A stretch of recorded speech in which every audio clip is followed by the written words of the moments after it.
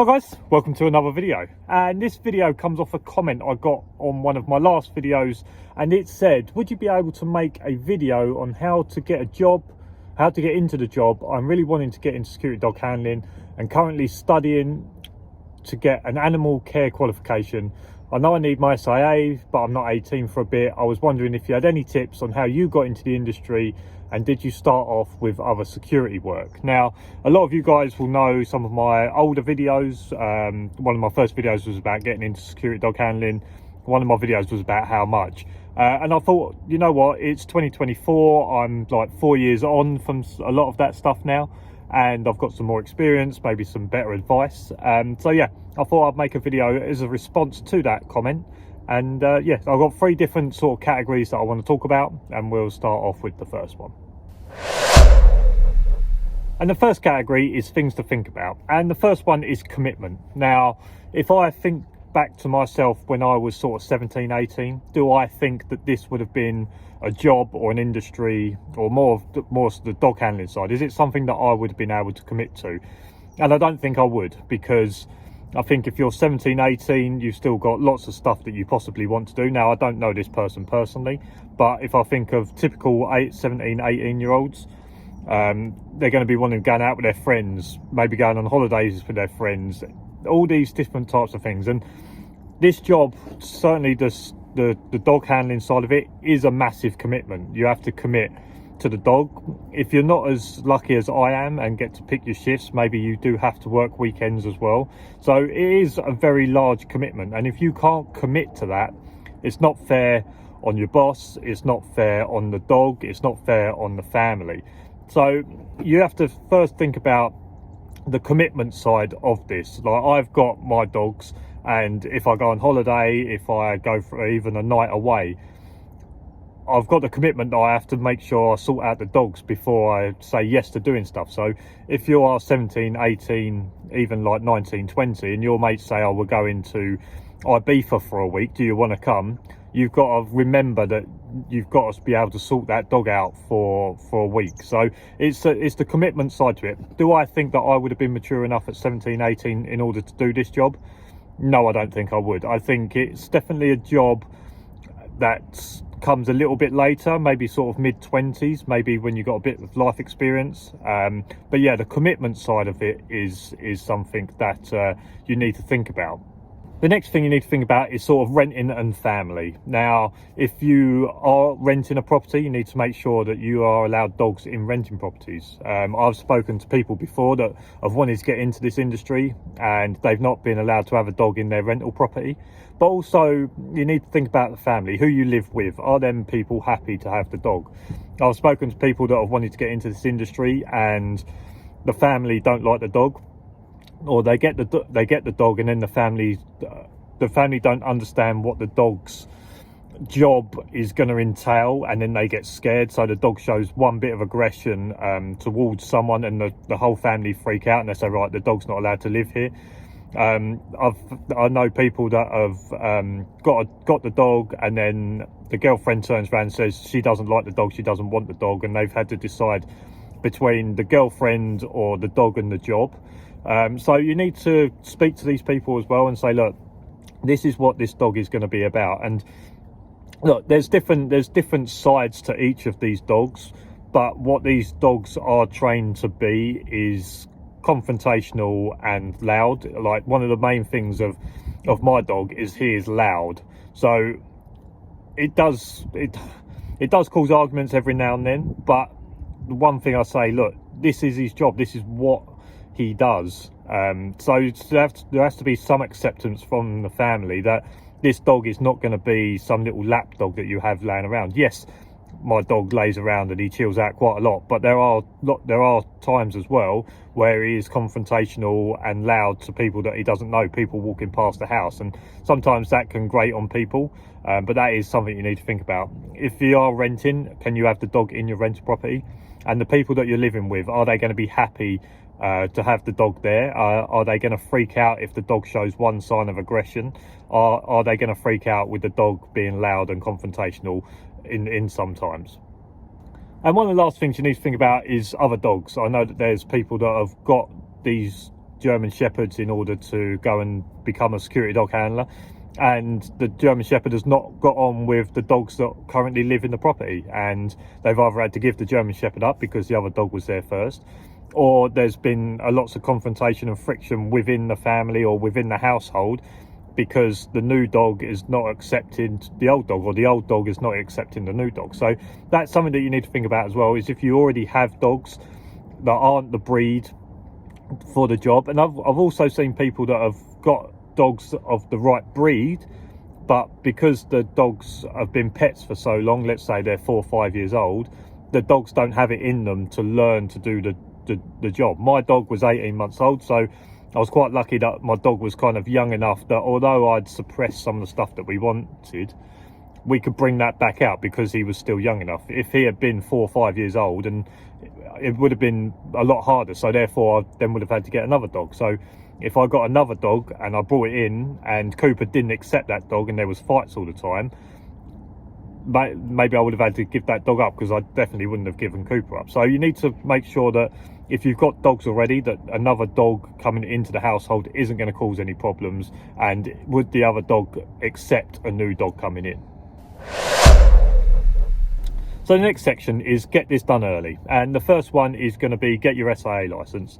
So get an SIA license. I would, if I was sort of 18 years old, I would probably go for the door supervisor license, because as I said, if you're going to use stepping stones in order to get in dog handling, you're probably going to need the door supervisor license, which opens you up to all of the venues. So you could go and work in bars, clubs, wherever it is. There's no restriction. I only have a security guard license, which is fine for dog handling, but I couldn't go and work on the door of a nightclub or a bar, because you need to have the door supervisor license for licensed premises. Anywhere that sells alcohol, I can't work. But if you're going to be using stepping stones to get to security dog handling, then you're going to need to have door supervisor license, so you aren't restricted at any point to be able to go and do a job. So that would be one of the first things I can do. Get licensed is somewhere that I would recommend going and doing your SIA license.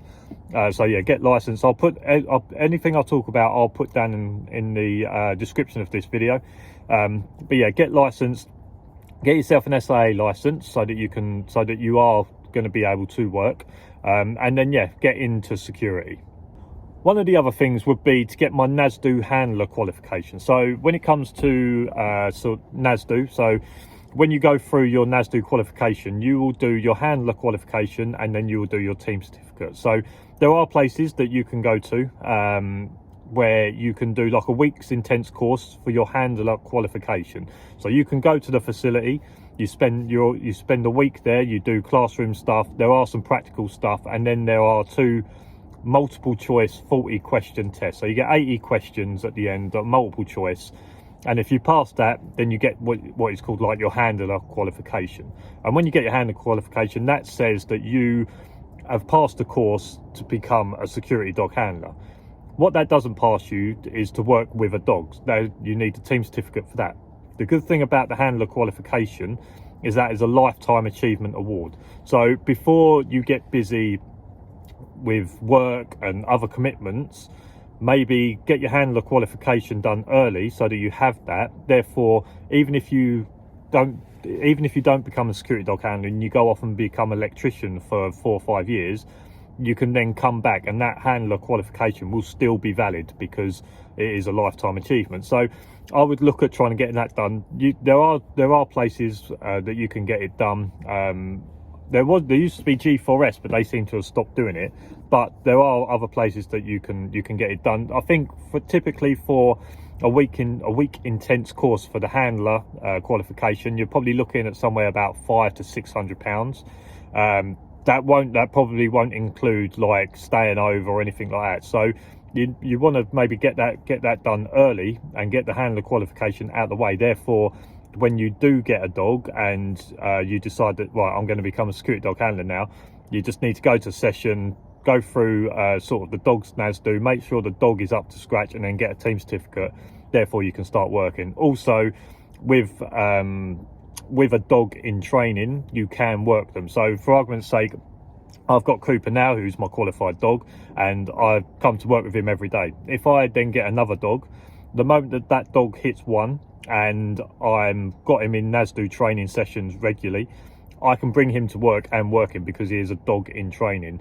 Anytime that I bring him to work before that is kind of like pet. I'm sort of babysitting him, etc. So you can work a dog that is in training. So yeah, that's what I would do. Get your handler qualification done early and out the way, because that is a lifetime achievement. I would also get into a security company. Now, you can get into a security company that does have a dog section, and then hopefully by working with them, build up a relationship with them, and then you progress into the dog handling side later on. Like I say, I think sort of 18 is a bit young to be getting into the dog section, but you're never too young to get into security and start learning about being a security guard or being a doorman or whatever it is. You need to learn about security. What I would say, if you were someone that was in like your 30s or your 40s, you've probably gone through a lot of life experiences of dealing with different types of people, dealing with aggressive people, drunk people that are aggressive. You've probably gone through a lot of life experiences for that. When you're 17, 18, the likelihood is that you've not gone through them life experiences. And I'm not talking about your mate who's 16, 17 and had a WKD and has gone a bit over the top and got a bit leery. I'm talking about blokes that are 6'3", 6'4", 18 stone, 10 pints in, and decided that they're going to have an argument with you. So I think if you was in your 30s or your 40s, I would say, look, you've probably got enough life experience to understand what can happen or the people that you'll be dealing with.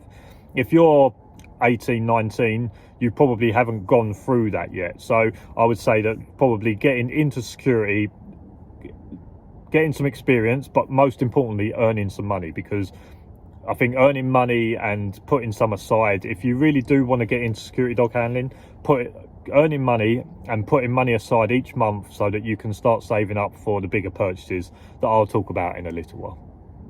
The last thing in this section is finding a local trainer and maybe doing some taster days. What I would advise if you are 17, 18, 19 is find a local trainer and find someone that you get along with and ask if you can go down just to watch, just to go down to training sessions, listen into conversations, see how training happens, speak to other handlers.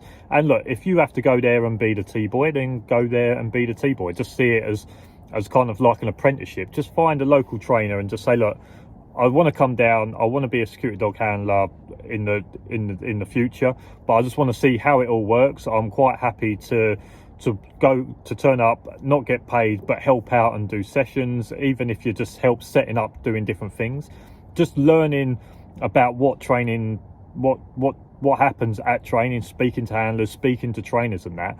I think building a reputation with a local trainer, helping out, not wanting to be paid to help out, getting in and around, even if, like I say, even if you are the T-boy for a few months, then just being the T-boy, but see if you can find a local trainer where you can turn up and do some experiences and do like some taster days, just so you can understand what it's all about. And look, maybe you'll turn up and you'll see it all and you go, you know what, I don't think this is quite for me. Then that will save you a lot of time later on down the line. But I think getting into training situations and seeing how it all happens and different things like that, I think that will be really beneficial. And definitely being surrounded by other handlers and trainers will only be better for you and only give you more knowledge. Right, and then there are the first steps. Now, if I was sort of 17, 18 and I was looking at getting into security dog handling, look, my advice is to get into security first, get a bit of experience in security, get some life lessons, learn some life lessons, and enjoy your younger life. Like I think this is a job where you work lots of unsociable hours, you can work weekends, and if you ask my wife, before I was on this site doing days, she never saw me, and my mates never saw me as well. And when you're 17, 18, you're only that young once, and you're only that free once. So my advice would be get into security, but maybe put off being a security dog handler for maybe five years, let's say, like mid-20s, start getting into security dog handling. But when you are looking at getting into security dog handling, there's things you're going to need to do. And if you have time to do this, I think that this is the best way to get into security dog handling, and that is buy a puppy. And buy a puppy that you are going to raise to be in security. Don't do what I did, where raise it to be a pet for 18 months and then say, oh, actually, we're going to be a security dog team now. Raise that dog to be a security dog. And when I say that, this is why I said going to training sessions and speaking to trainers and being surrounded by handlers will be beneficial for you, because you will learn that these dogs are not machines. They're not killers on leads. Get a puppy, teach it to be a dog, and work on stuff that you're going to need for training. So you're going to get a puppy, you're going to socialize it, you're going to make sure it's good in all different environments. It's going to like people, it's going to be good around people, good around other dogs and that. But then you're going to get tugs. You're going to teach the dog to search and find people. You might teach the dog to bark and to do bark on command, and you will teach it to stop barking. So get a puppy, and because you are in with a local trainer and you've been surrounded by this knowledge of other handlers as well, you will have an idea of how you want to coax that dog into being a good dog, and you will get knowledge of how to teach the dog to do tug, to search for people, to bark on command. And you can do a lot of that training yourself, and you can train this puppy up. And I think that that's one of the most important things. That's one of the things that I found so beneficial, the way that I did it, because I didn't buy my dog ready trained, because I didn't buy my dog part trained. I took my dog from pet to the protection. I had done a lot of the training myself, and look, I was going to 1 or 2 training sessions a week, but every day, I was lucky because it was COVID lockdown, but every day I was doing training. And I didn't do all of it, because obviously I had trainers and other handlers that were helping me along the way, but I'd done the large majority of his training. And because of that, when I get my next puppy, I know now what I'm going to do. So I don't think raising your own puppy and bringing it from puppy into protection, I don't think there's not a lot better feelings than that, and knowledge that you can get from that. So my advice would be, when you decide that you want to be a handler in 18 months time, 2 years time, get a puppy and raise it to become a security dog. And when I say that, I'm not talking about a killer on a lead. The dog needs to like people, it needs to be sociable, it needs to be solid around other environments, and it needs to like other dogs. And earlier I said to you about getting into security and gaining experience, but also earn money. And there are going to be things that you're going to need to pay out for. And the reason that I said about getting into security and earning monies and putting some away is because the dog's not going to be cheap. You may be paying £1,000 for a puppy. I don't know what the going rate for all sorts of puppies are, but let's call it £1,000 for a puppy. You're going to need that. But in order to become a security dog handler, there's going to be 2 big things that you're going to need. You're going to need a vehicle, and you're going to need cages. My advice would be to get a van, because I found when I had a car that I was having to take stuff in and out the car all the time. It was stuff all over the back seats. It was an absolute mess. When I've had vans, whether I had the Volkswagen Caddy or the Vivaro that I've got now, I put the stuff in the van and it stays there. And no, I haven't got to keep taking stuff out so I can put people in or whatever it is. Stuff goes in the van and it stays there, and that stops you forgetting stuff at home or different things like that. So you're going to need a vehicle, and you're going to need cages. Good second-hand cages are going to be somewhere between £250 to £500 probably. I got mine second-hand off my trainer for about 300 quid, so I'd say somewhere between £250 and £500 for a decent second-hand set of cages. And then the vehicle, look, vans are expensive, especially if you're going to get one that's like ULEZ now. This van was probably on the cheaper side, and it was still around 15,000. So if you don't want to get a ULEZ one, you could probably pick a decent one up for around 10, maybe cheaper if you really want a project. But I think you're going to be looking at somewhere between 10 and 17,000 for a van. So like I said, when you first get into security, earning money and saving it is going to be very beneficial, because you're going to need things like a vehicle that's going to be a big expenditure. Cages are a big expenditure. The dog is going to be a big expenditure. But they're sort of the 3 big things, the 3 main things. You've obviously got your SIA and your NASDU course, which are going to be about £500 each. But then once you get into the first steps, the dog is going to be about £1,000, let's say. The van's going to be 10 to 15 or 10 to 17,000 pounds, and the cages are going to be sort of 250 to 500 quid. So my advice is get into security, build up some money in a savings account, because you've been working and you're out there and you're working and you're earning your own money. Hopefully you've got parents or whatever it is that's going to be cheap for living, so you've got enough spare cash in order to save that. But I think that that's one of the things. Make sure that when you get into security dog handling, and you set yourself up right. I spent the first probably 3 or 4 months in a car, freezing cold, not enjoying being a security dog handler. Ever since I've had vans and I've set myself up with some heating, I've got, even like in a couple of weeks time, I'm getting myself like a diesel heater for the van in order to give me some heat through this winter, because I don't have a plug socket. But setting yourself up correctly from the start, if you've got time in order to do that, I think that is one of the most beneficial things you can do, because you don't want to start this job, and I've seen people start this job, not set themselves up correctly at the start, and absolutely hate the first few months that they do, and then they end up leaving the industry, and then they have to get rid of the dog and different things like that. So if you're going to do first steps in terms of a van, I've had a Volkswagen Caddy, which was okay.